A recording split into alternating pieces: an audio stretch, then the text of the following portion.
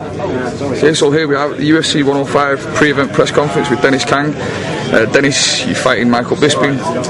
You've just been up on the podium with him up there, and at the end of when Michael introduced himself to the crowd, and he says, "I'm here to get a job done, and I'm just going to go in there and knock him out." And I noticed there was a little smile on your lips when he said that. And what was your thoughts? What was your reaction when you heard that? You know, we have a saying in French. It goes, "Il faut pas vendre la peau de l'ours avant de l'avoir tué." You can't sell the bear's fur before you killed it. You know, and that's what he's doing right now. You know, he's putting the carrot ahead of the horse, or the horse ahead of the carrot, so to speak. And pull the cat ahead of the horse. Yeah, one of those sayings, one of those proverbial slogans. And you know, Saturday night, I think I'm going to burst this bubble. I noticed, I was watching everyone's faces quite wholesome when you said about you were introduced as a Pride veteran and a Pride Grand Prix finalist. So obviously, you know, you fought in all the big shows, you fought the big names. None of this is new to you. Where do you rank Mike in terms of the hierarchy of opponents you faced? You know, was he at the tougher end, the middle end? You're all, I mean, it's going to sound like a cliched and generic answer, but you know, every fight I make it out to be my toughest opponent, my biggest fight. You know, so I honestly can't say when I've ever really taken my training lightly for an opponent. You know. So, you know, for this fight, I might even have taken it a little bit more seriously because it was like a main event fight in the UK, you know. This is your third UFC fight now? Yes, it is. You had Belcher and then Professor X. You fight against Belcher. As an example, sometimes, I don't know whether you ever come across these people say sometimes Dennis Kang loses concentration in fights, like he'll be beating a guy's ass for 3 rounds and then is that a fair criticism, do you think?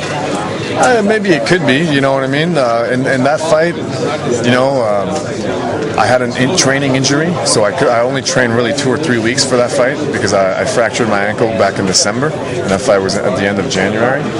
And you know, so my cardio wasn't up to what it usually is, and I got tired, and because I was tired, I made a mistake, you know.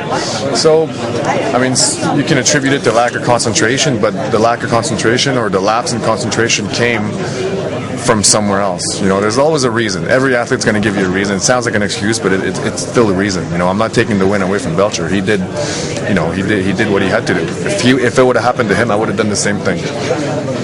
Did you have any what they call octagon nerves? They say a lot of times the first people fight in the UFC, they get like it's a bit. For my first fight? Yeah, I did a little bit. It's the way that it's, you know, everybody always has nerves in every fight, you know, but in that fight, it's the way that I tried to deal with them. Is I tried to make myself win the fight in the first round because I knew that I hadn't trained that hard, you know, because I was injured. I couldn't go for that long, and when, you know, I tried to come out too hard in the first round, and it worked against me. Right. So you tried to blow him away. Yeah, you know, but in retrospect, I can really say that I'm a better fighter now that I fought and lost that fight than had I pulled out of that fight and be here today. You know, you understand? Mm-hmm. So how do you feel now? Do you feel like you're finding your feet in the UFC now?